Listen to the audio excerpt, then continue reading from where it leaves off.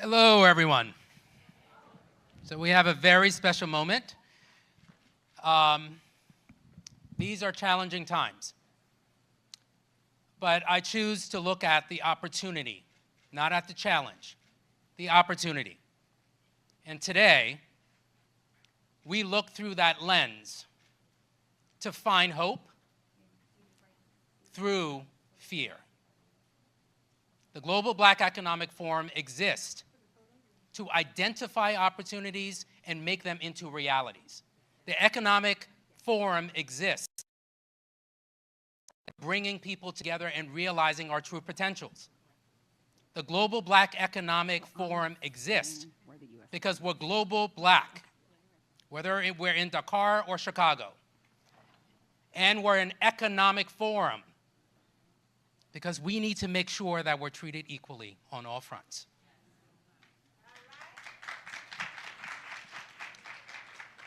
Now, we have a very, very special conversation. I'm honored that we're able to host this conversation with two titans, two women. You remember this morning we started our conversation with two titans?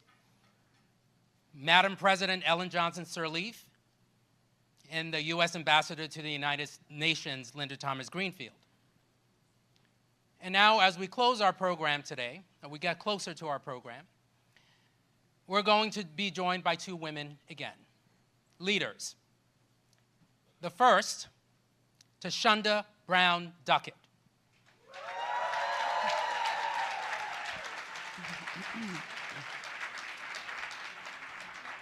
A mother, a wife, and the CEO, the president and the CEO of TIAA. I got more to say about you. Take your time. I gotta take my time. Go ahead.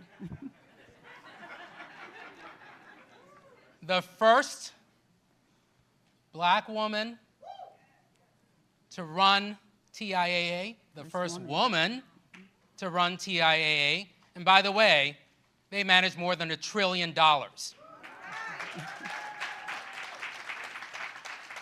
She's on so many boards, I can't keep track. But what I find so special about her is that she dreams. But she doesn't only dream, she attaches them to action. And for that, we're grateful. Thank you. And we're also joined by the very first woman to serve as the Vice President of the United States of America, Kamala Harris. Now, I've known the Vice President for a very long time, and I have always been impressed with her ability to break through barriers. She is a warrior. She's always been a warrior. And at this moment, at this point in our history, we need her vision, we need her support, we need her tenacity, we need her grace more than ever before. So please get up on your feet to welcome the Vice President of the United States, Kamala Harris.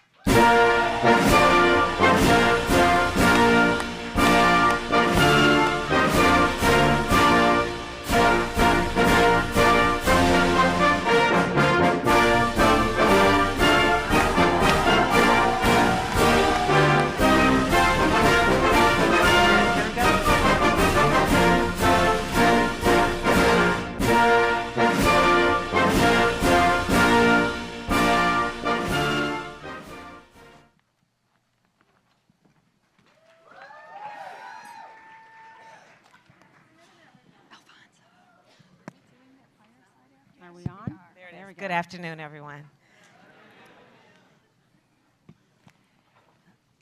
This is fantastic, and it is a moment.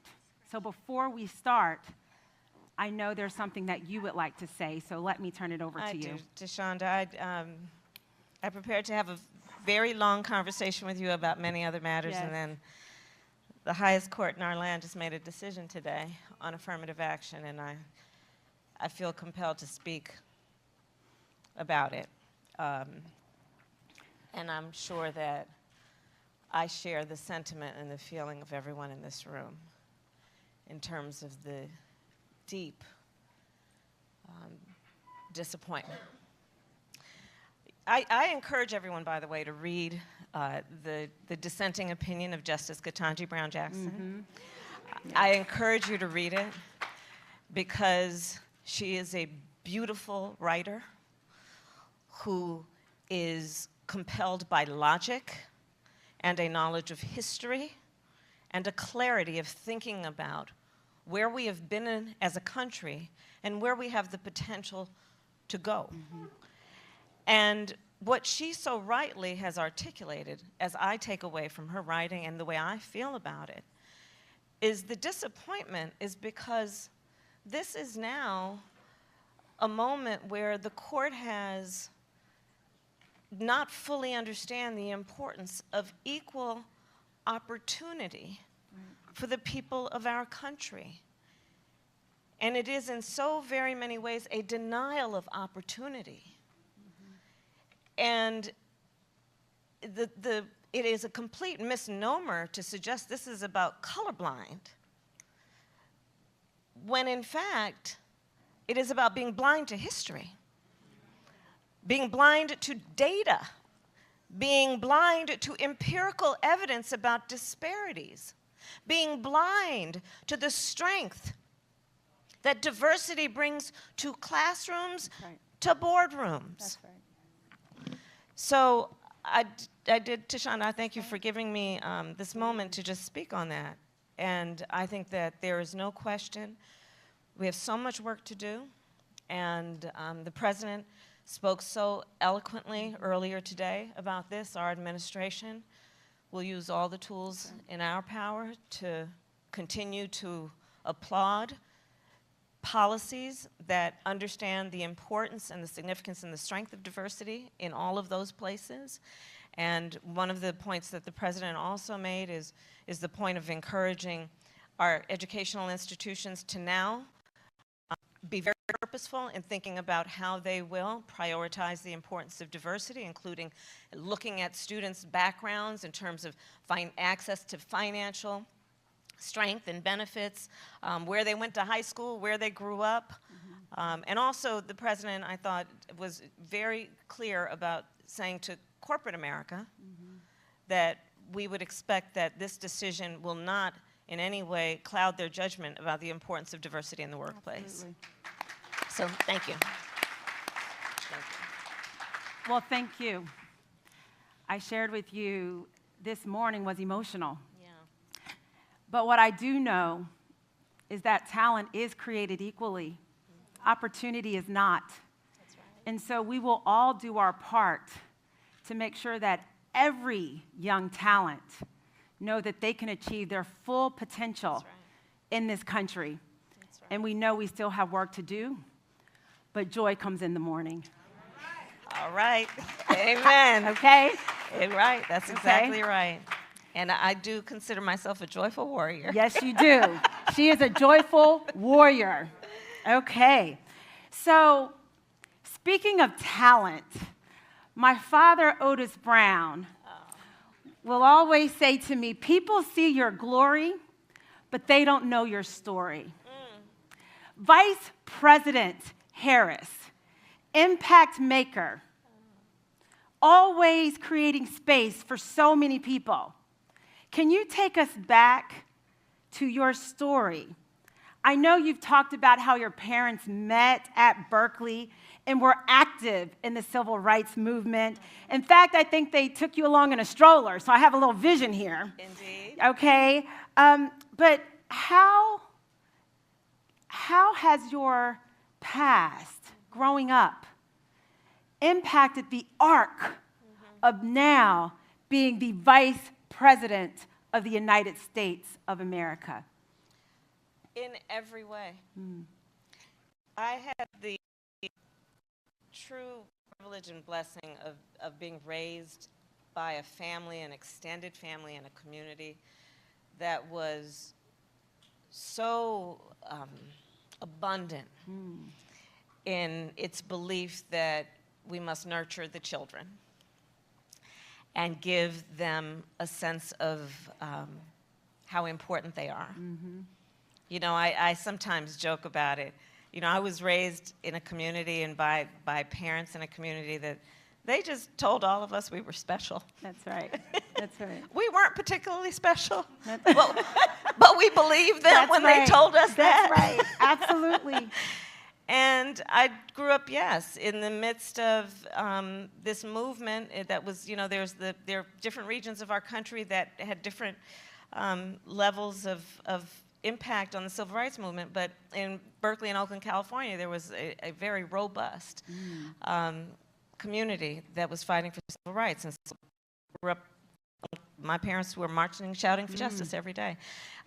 The heroes of that movement included Thurgood Marshall. That's right. Charles Hamilton Houston, Constance Absolutely. Baker Motley, right? And that's why I wanted to become a lawyer. And probably one of the main reasons I decided to become a prosecutor, and this is not a favorite thing that I'd like to share, but it is very pivotal in why I made that decision, is growing up, my best friend in high school, I learned, was being abused by her stepfather. And when I realized it, I said to her, well, you have to come live with us. And I actually called my mother and I said, Mommy, this is happening. And she said, well, of course she has to come live with us. And she did. And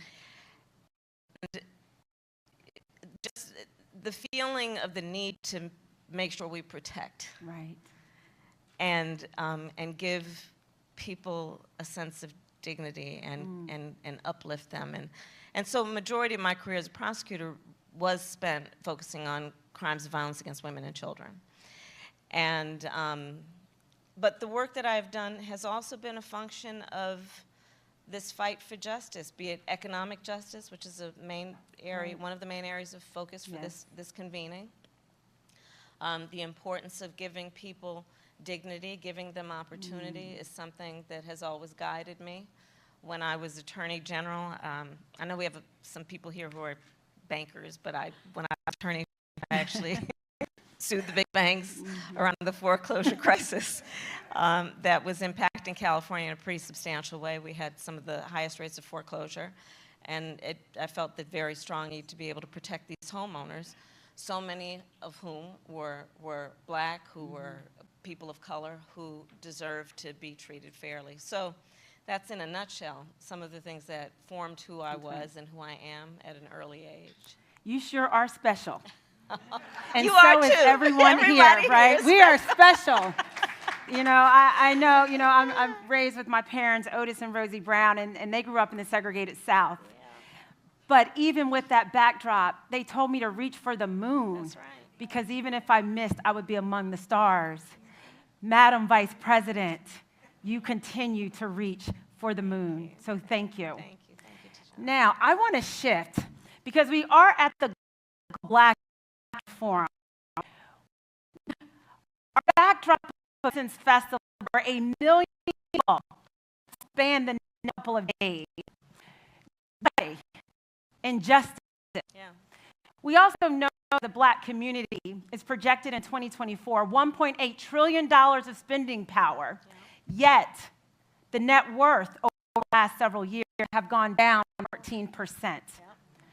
So we have to continue this dialogue in talking about the economy. Yeah. So I would love to get your perspective broadly about the economy, and then secondly, your thoughts as it relates to Black Americans, as we know that when there's volatility, many times we can have a disproportionate negative impact. Could you share your thoughts and the administration's thoughts? Sure. Well, I will tell you that we are very proud as an administration of our accomplishments as it relates to the economy. And I don't need to remind everyone that we came in to office during the height of the pandemic. And at a time when there was extraordinary loss of life, of normalcy. People lost their homes, lost their jobs. And the work we had to do was to build back up. Okay. And during the course of the last almost two and a half years now, the work that we have done has actually been historic in proportion. Not only have we recovered from the pandemic, which is why everybody's sitting so close together without masks, we have been able to recover in a pretty substantial way, although there are still very real lingering effects from the pandemic, including a very real impact on mental health, which I think is something we need to talk and deal with more. But for example, what we were able to do not only with the American Rescue Plan, which was to recover from the pandemic and help small businesses stay open and keep their doors open and keep their employees, but what we have done with the infrastructure law. You know, the previous administration kept talking about infrastructure week, and you will remember that never happened. We have now passed a bipartisan infrastructure law, which is in the process in real time of addressing the fact that America's infrastructure is over 150 years old. And understand what that means. That means the creation of jobs that are both about construction and the actual building back up, but also manufacturing to supply the resources that are necessary for that building back up. It also is not only about the creation of jobs in that regard, it's also about understanding what that does in terms of everyday working people and the impact this will mean. By that, I mean, think about the fact that if you, and most Americans do, live in a place where they cannot afford to live where they work. So they have a significant commute. And if you are driving every day over roads and bridges that are falling apart, you are getting flat tires, which your car insurance does not pay for. And most Americans are a $400 unexpected expense away from bankruptcy. So there are very real residual benefits from this approach around infrastructure. I will add to that what we did with the Inflation Reduction Act. If you combine what we did with the infrastructure law and the Inflation Reduction Act, by my estimate, we are dropping about $1 trillion on the streets of America to address infrastructure and to invest in a clean energy economy. And that is, again, about jobs, including something I'm very passionate about, which is thinking about small businesses and how we strengthen them. Here's why I say that. Do you know that of the firms, of the that over 75% of manufacturing firms in the United States, manufacturing companies, hire 20 or fewer employees? Those are small businesses. When you compound that with the fact that our administration has made a commitment to increase federal contracts for minority-owned businesses by 50%. And then you think about what that can do to address racial inequities in terms of wealth being around small businesses, as an example. The residual impact to communities is profound, and one of the things I'm going to ask as part of the due-out of this convening is that we get to all of the leaders here all the information about how small businesses that you work with, that you may run, that are in your community, know of the benefits that are available in real time. Because I really do think of it as being part of a pathway to accelerating and in some ways addressing what have been long-standing disparities because of inadequate access, no access to this kind of information. But those are just some of the examples. Then you look at the CHIPS and Science Act. I have been traveling around the world. I have, as vice president, now met with over 100 world leaders, presidents, prime ministers, chancellors, and kings.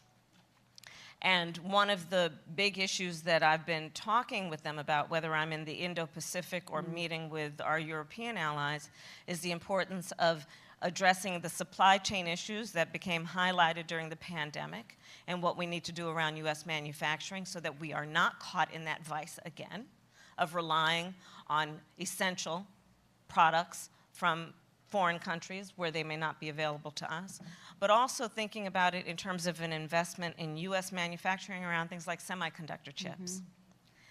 We are, as a result of the investment that we're making in a clean energy economy, doing a lot of investment in the innovations around electric vehicles, school buses, large capacity vehicles. And again, thinking about what this means not only to strengthen our economy, to reduce reliance on foreign goods, but also then to invest in our workforce. Absolutely. And purposely, I think about all of this through many lenses, Yes. including what we must do to address disparities based on race in the ability of folks to acquire and grow That's right. wealth for their families and for their communities. No, I love it. I love the connection between small business and recognizing how important it is. There's 61 plus million Americans. We know it's about 46% of the workforce comes through small business. Yeah. We also know that corporate America plays a role because there's an opportunity for us to make sure we're doing our part when we think about business diversity. Yeah. So it's a we thing for sure. Mm-hmm. And one of the things that you've talked a lot about and we've even talked about is the importance of private-public partnership. Yes. That we cannot do it alone. It takes all of us to operate in a connected way, and you have been very vocal. I would love for you to share your thoughts about the importance of private-public partnership, especially given that you're in the room with many leaders. Well, I will talk about public-private partnerships as a devout public servant. We need these partnerships. Yes. Because what I do know, and I have held local elected office, statewide office. I was a United States Senator and obviously now Vice President. And I am acutely aware that the kind of work that we need to do to grow our economy and address some of the most long-standing issues and intractable issues will require that partnership for a number of reasons. Mm-hmm. Government uniquely has the ability to scale. But it is the private sector that can often, unburdened by bureaucracy, make a meaningful investment with the skill set and the culture that understands the importance of a return on investment. Yes. And so I think about that in a number of ways, and I'll give some examples of the most recent work I've done. As you know, I just came back from the continent. Yes. So I was... And it is as one of my goals as Vice President to redirect, reorder in some ways, the relationship between the United States and the continent of Africa. And here's how I think about it. First of all, the median age on the continent of Africa is 19. By 2050, 1 in 4 people on Mother Earth will be on the continent of Africa. Also on the continent, we are looking at increasing food insecurity and energy insecurity.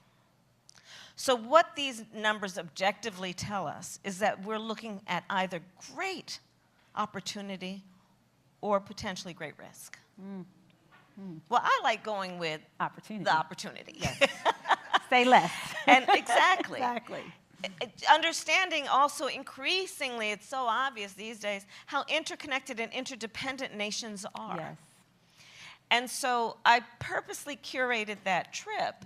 So it was not going to be about hungry children and malaria. Not that those are not issues that should be addressed. But I purposely curated the trip so it was going to be about young entrepreneurs. Yes. It was going to be about, and it was, this is what the trip was about, young entrepreneurs, about digital inclusion.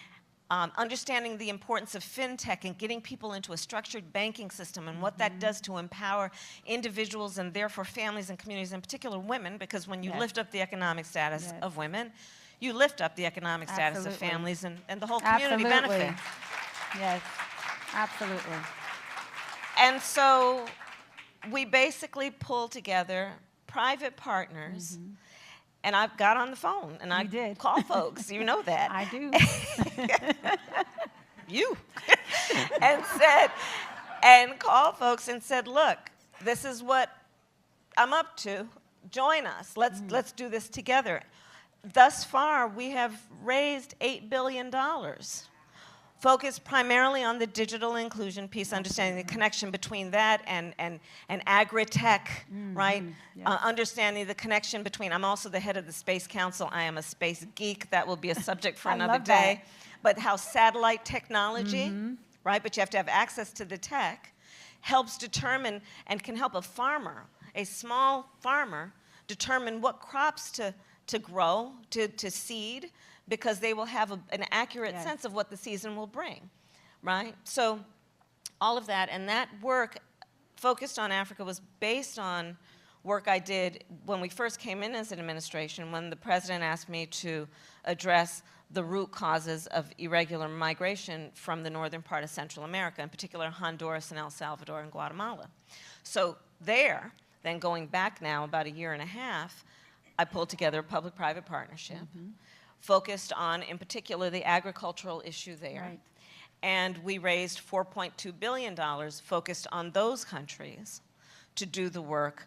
And the partners were Microsoft. The partners were, we had friends who are not only in technology, but in MasterCard, Visa. Right.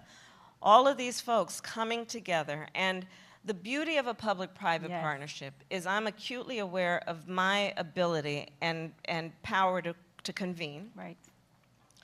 And then bringing folks together to break through silos with a common objective. And so that's the work that we have done. And so both in the northern part of Central America and in Africa, as two recent and I think very good examples, we have shown how the partnership actually benefits many more people than any of us could individually. Absolutely. Yeah. I love the fact that you've connected the dots in this conversation that didn't start and end here in our country, but this is a global Black Economic Forum. Absolutely. And you brought in your work and your passion and the importance to America on making sure that we're connected in the work that you're doing in Africa and the importance of all of us working together. So I want to shift because you said this earlier, and I know you want to get to it because it's important to you, and that is the importance of mental health. Yeah. And we know that we're also in the backdrop of Essence, where there's so many women here. Can you take a moment to talk about mental health and also to inspire women, and really everyone, because it's impacting everyone, to hold on and have that joy that you talked about? Well, first of all, so back when I was actually DA of San Francisco, I started to look into the issue of post-traumatic stress disorder among children who are growing up in low-income communities, which, not by coincidence, also had high rates of violence. And we started to do the work, and I collaborated with a woman by the name of Nadine Burke Harris, no relation to me, Dr. Nadine Burke Harris. I encourage anyone who is interested in this topic to read her book, The Deepest Well. A Black woman who started a clinic in Bayview Hunters Point in San Francisco, which has a household annual income of $15,000 a year. In San Francisco. In San Francisco. And so we started to do the clinical work and bring it together. And basically what we were not surprised to find out is that so many of children who are growing up in these circumstances, either in a home where there's violence, and by the way, that has nothing to do with socioeconomic status, or in a community, you know, where there are no opportunities. And let's also be clear that poverty is trauma-inducing. Okay. We realize just the number of young people who are growing up who have trauma that's been undiagnosed and untreated. Interesting studies have been done on this, by the way. You know, forever folks would say, oh, Black Americans genetically have high rates of high blood pressure and heart disease. And then studies were done, because, you know, for so many, you can kind of figure out the body type and figure out the original tribe, right? And so the studies were done of the original people, right, on the continent. No such heart disease, no such high blood pressure. Oh, well, what caused it then? Well, hundreds of years of slavery and all of the other things that we are looking at that are these unique stressors that are environmentally inherited, right? And so I say all this to say we have to understand the big picture of it. And then also understand the way the pandemic accelerated so many things. Some, interestingly enough, like adoption of technology was probably helpful, but nothing else really was, and including accelerating mental health crisis in America.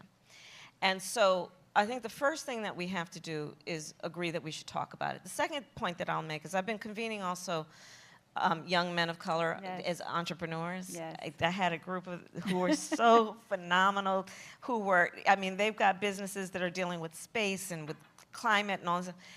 And one of the things they raised with me when I said, what would you like me to highlight? In Right. addition to access to capital, they said, please talk about mental health. Wow. Our young people are more willing to talk about mental health than, I'll speak for myself and any of you who are part of Yes. this generation. They are so much more willing to talk about Yes. it.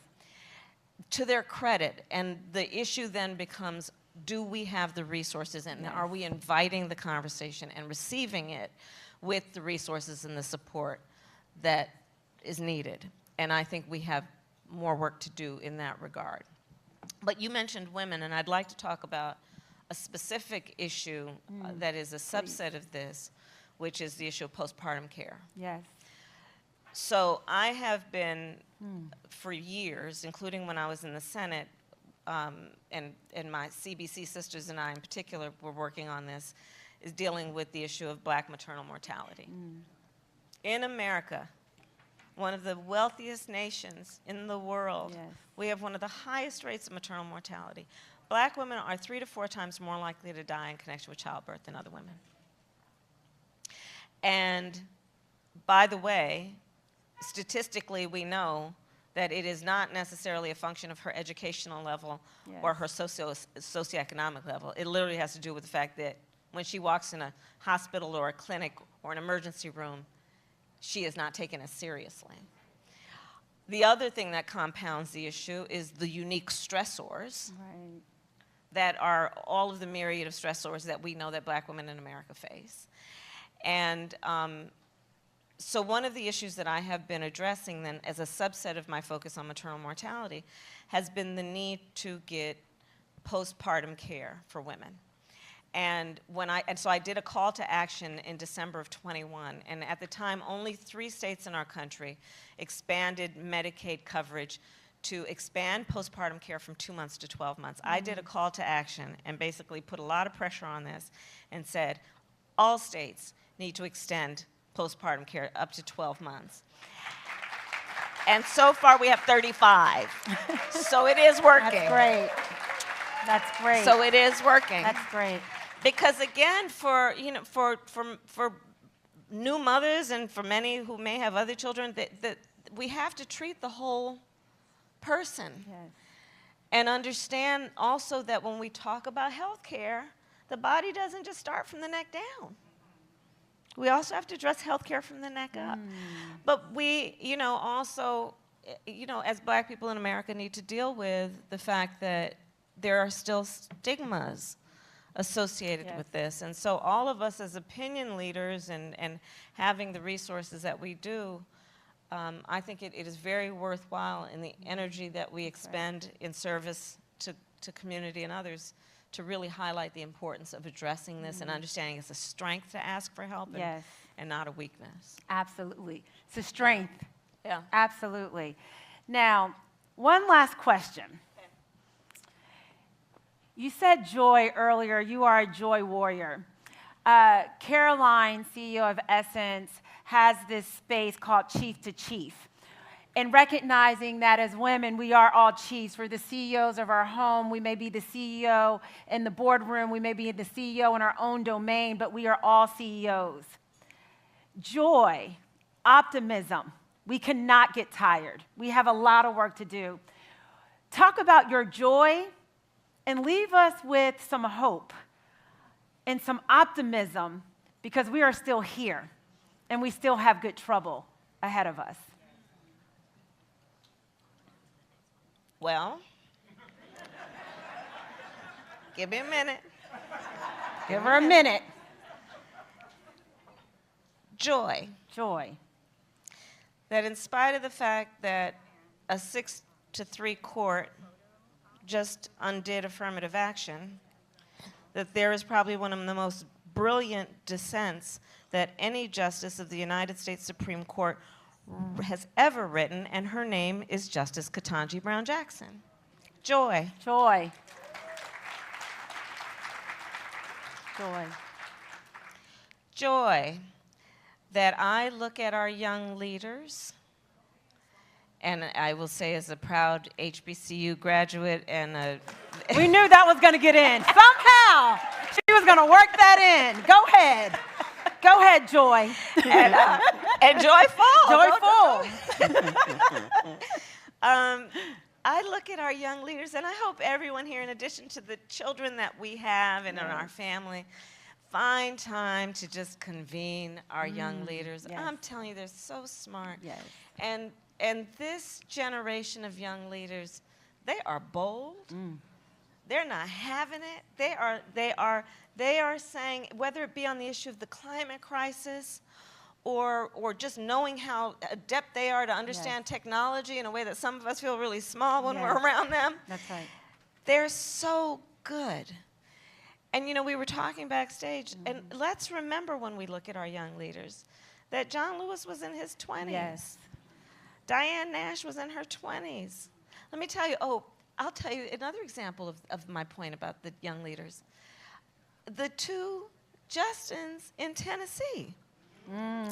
So, you know, when they were doing that, when that mess was happening in Tennessee, and I have to just go with this for a minute.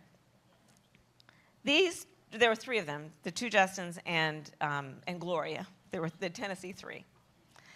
And I'm with my husband. We're watching the nightly news, and I see how they're trying to shut up these elected leaders. And I was so upset about it, I got on Air Force 2 the next morning and went down to Tennessee.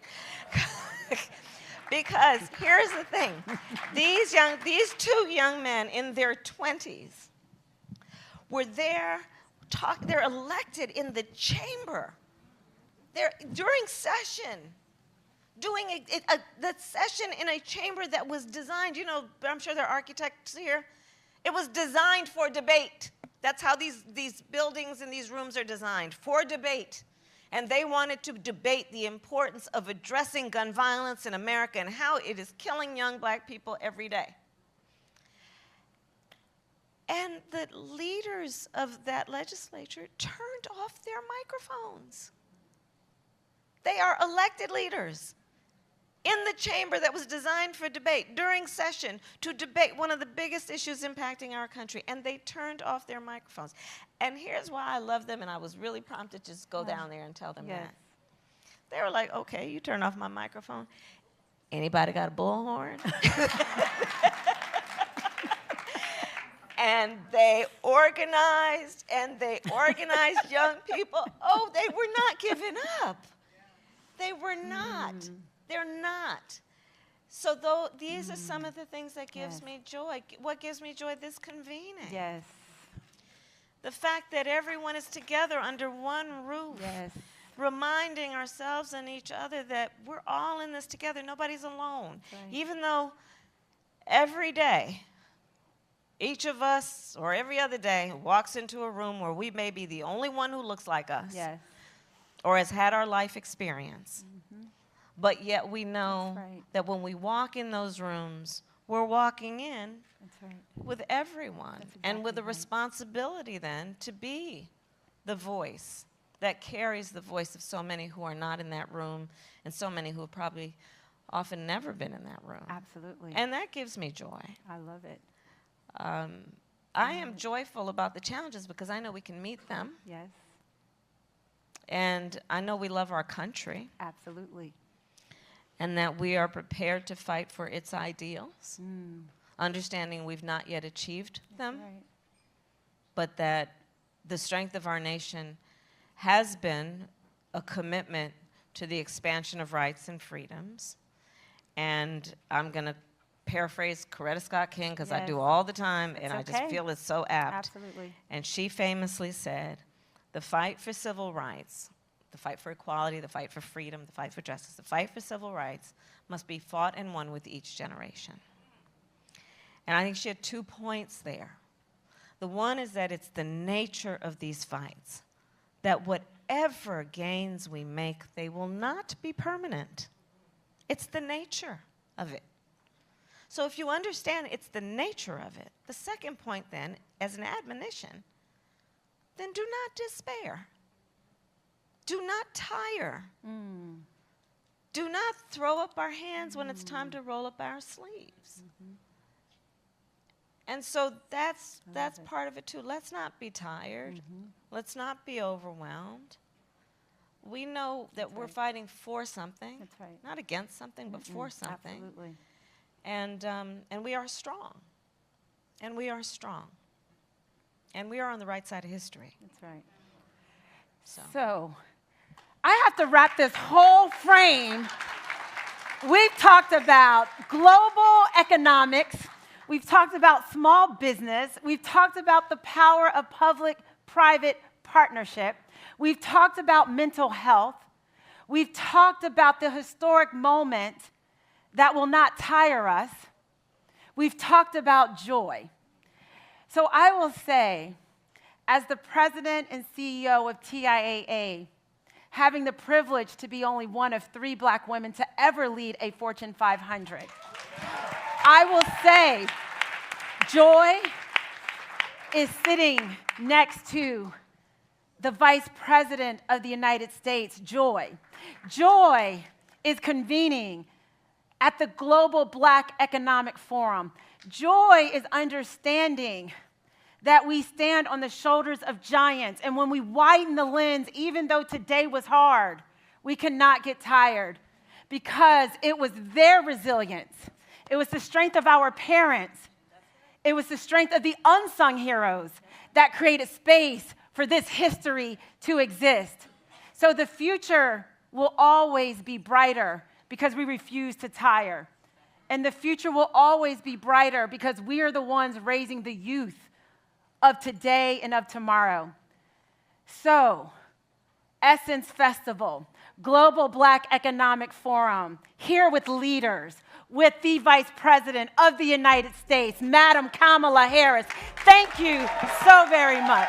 Thank you.